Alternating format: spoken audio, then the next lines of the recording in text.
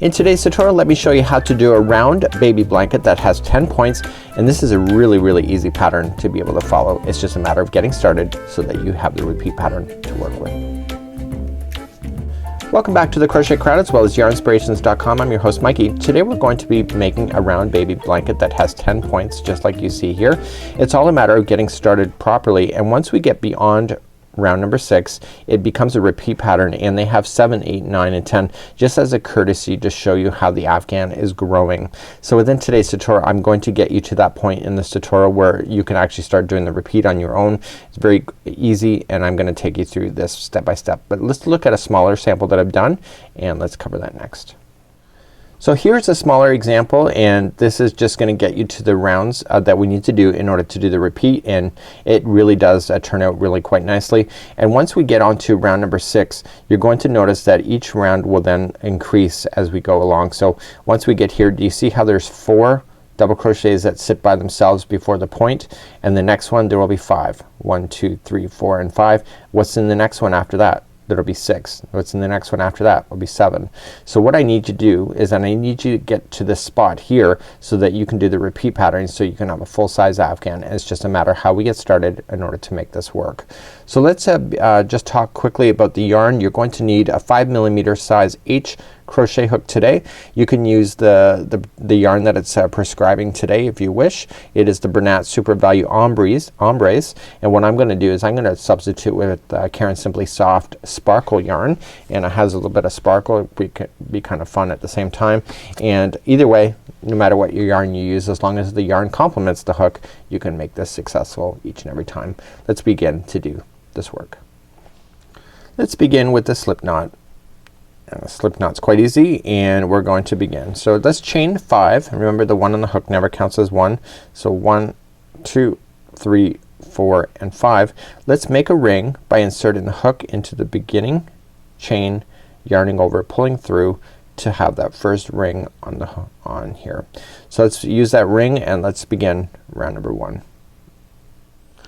In round number 1, in all rounds, every time you chain 3 at the beginning it counts as a double crochet. Keep that in mind. So we're gonna chain 3. So 1, 2 and 3, and I want you to double crochet into the center of this ring. Keep this straggler down around the center of the ring so it can get stuck underneath it, and I want you to double crochet 9 times. So 1, 2, 3, 4, 5, 6, 7, 8 and 9. So what I want to show you here at this point is that the first chaining of 3 counts as 1, so there should be a total of these spokes. So there should be a total of 10. So 1, 2, 3, 4, 5, 6, 7, 8, 9 and 10. Okay, so you get that. So the first chaining of 3 counts as a double crochet. Once you get all the way around and you get these done, insert your hook into the top of the first chain in 3, yarn over, pull through, and that makes it conclusion for round number 1. Let's move on to round number 2. Round number 2, again really easy. So we're gonna chain up 4. So 1, 2, 3, 4. So this counts as a double crochet plus chain 1 this time around, and what we want to do is come into the very next stitch and we want to double crochet and then chain 1. Okay, come into the next stitch, double crochet and then chain 1. And you keep doing that all the way around. This is round number 2, and so this is creating a space between the double crochets that we're gonna be using in the next row. So after you get a double crochet, chain 1, and please do that all the way around. I'll see you at the end of this round. So I've double crocheted into the final stitch here, and how do I know that it's the final? So I can count these posts. So 1, 2, 3, 4, 5, 6, 7, 8, 9 and 10. As soon as I have my 10 in there, I chain 1 and I'm going to join it to the 3rd chain of the starting one. So we chained 4 in the beginning, only go to the 3rd, and then that will keep it in balance just like this. Let's move along to round number 3. In round number 3 we want to start off in a chain space, so we're just gonna go into the next chain space, yarn over, pull through, and this is a slip stitch for that space. So we're gonna chain 3. So 1, 2, 3, which counts as a If you said a half double crochet, you're right. So we're gonna put in 2 more, sorry, if you said there's 3 and that counts as what? A double crochet. So if you said that, you're right. So let's just double crochet 2 more times into the same space. So here's the secret on this one. Every one of the chain 1 spaces is all gonna get 3 double crochets into that space. So 3 double crochets into each one of the chain 1 spaces for this complete round. Okay, so you just jump right into the next space and put in 3 double crochets. Please do that for this whole revolution. So this is what it looks like at this point. So I'm coming up all the way around the final chain 1 space. I'm gonna put in my 3 double crochets like so, and I'm going to join this to the top of the first chain 3 that I started with. So when you finish this round, you should have a total of 10 of these open spaces. So 1, 2, 3, 4, 5, 6, 7, 8, 9 and 10. If you have less than that, something's wrong, and if you have more than that, then something else is wrong.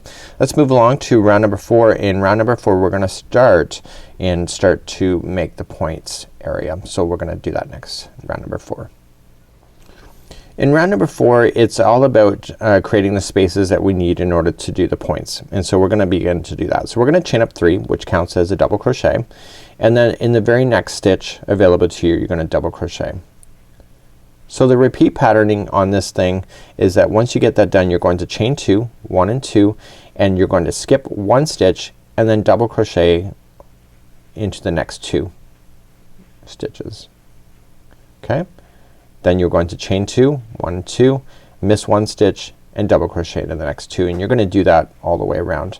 This is creating the points and getting ready for you. There should be a total of 10 of them by the time you're done. So there's chaining a 2, skipping 1 stitch and double crocheting into the next 2.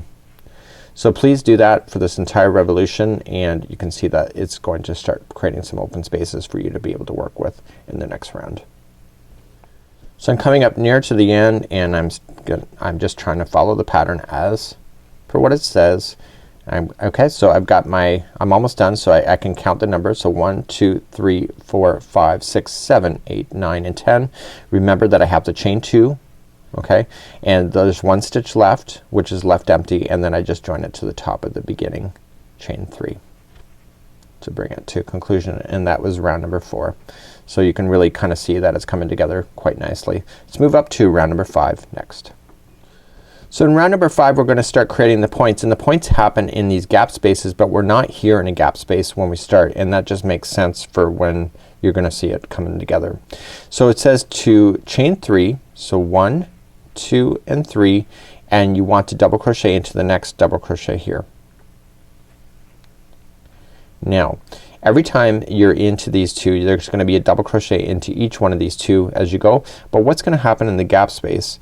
In the gap space what you're going to do is you're gonna put 2 double crochets, 1 and 2, followed by 2, 1 and 2, and then again 2 double crochets. That's gonna happen in the gap spaces.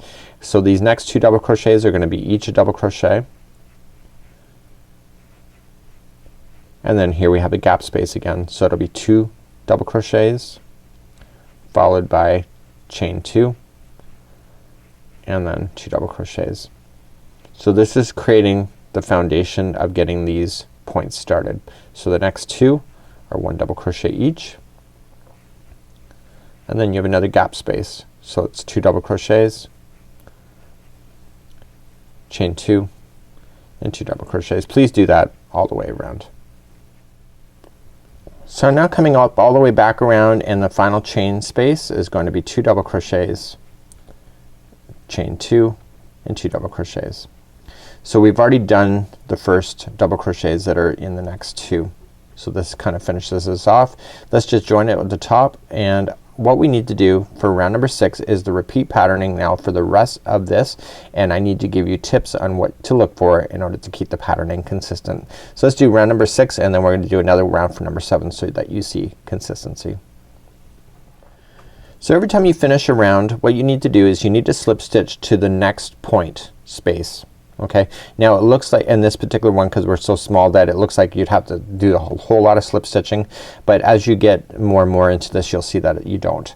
So you just want to insert your hook into the double crochets nice and loosely until you can get to the to the chain 2 space right in the corner.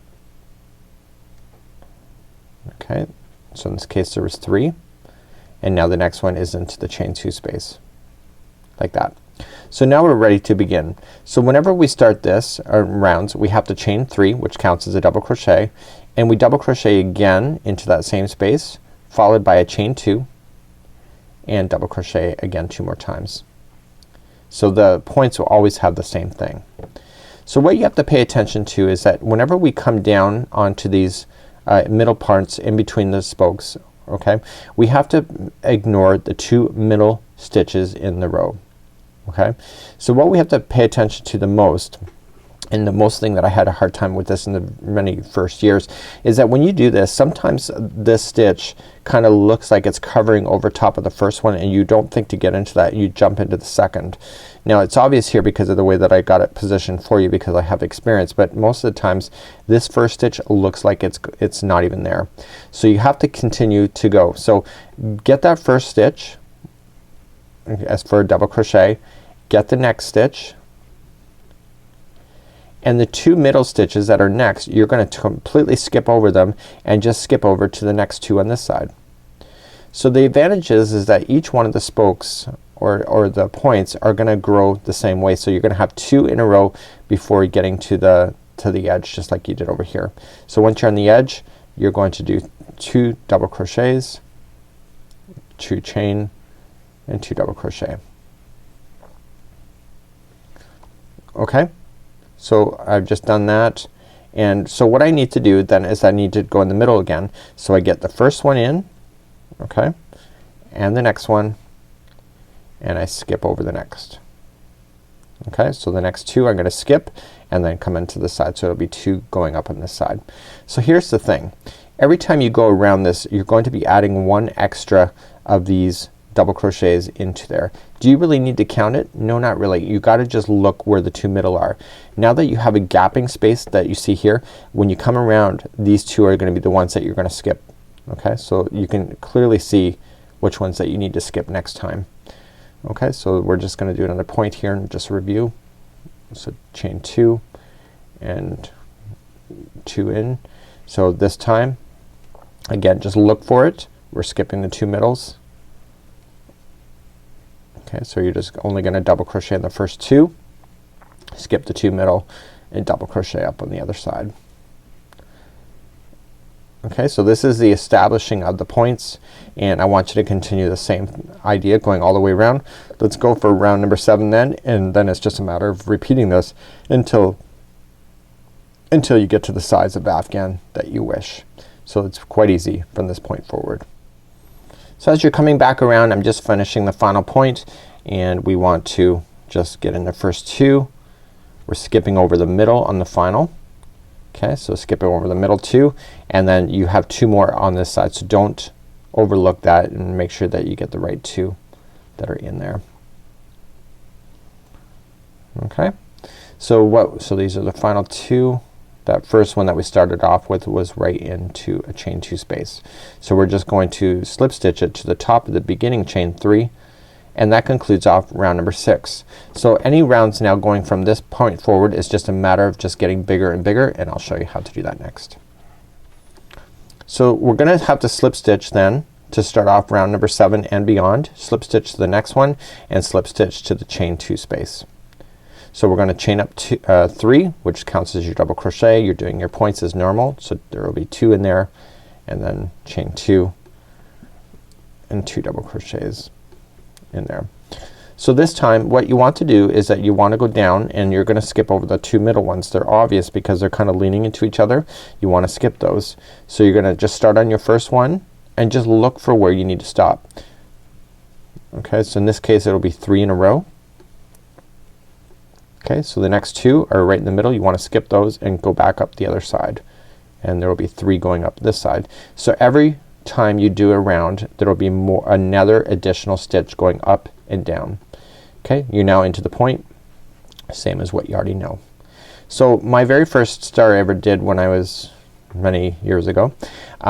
Basically what happened is that one of my points was way off, like really it was wonky, it was all messed up, and it turned out that I was missing the very first stitch. So I'm a loose crocheter, so you can clearly see it here, but I was missing this first one. I was skipping over to the second, and so you just gotta make sure you get into that.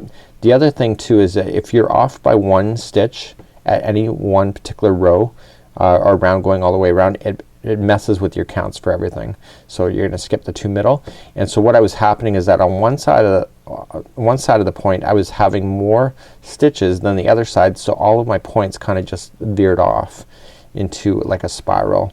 It wasn't very desirable, and that was kind of what I had messed up with, and it all came down to that very first stitch.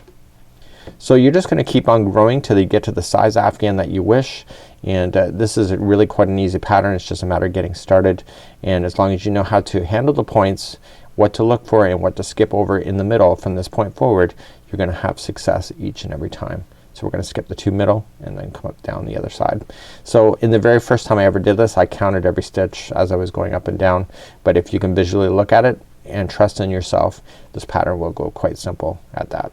So this is how you do this particular afghan. I found that the middle kind of puckers a bit, but once you start stretching things out and the stitches start relaxing, it turns out really good. Even the back side looks really nice too. So until next time, I'm Mikey on behalf of the Crochet Crowd as well as Yarnspirations.com. Have a great day, and we'll see you again real soon. Bye bye.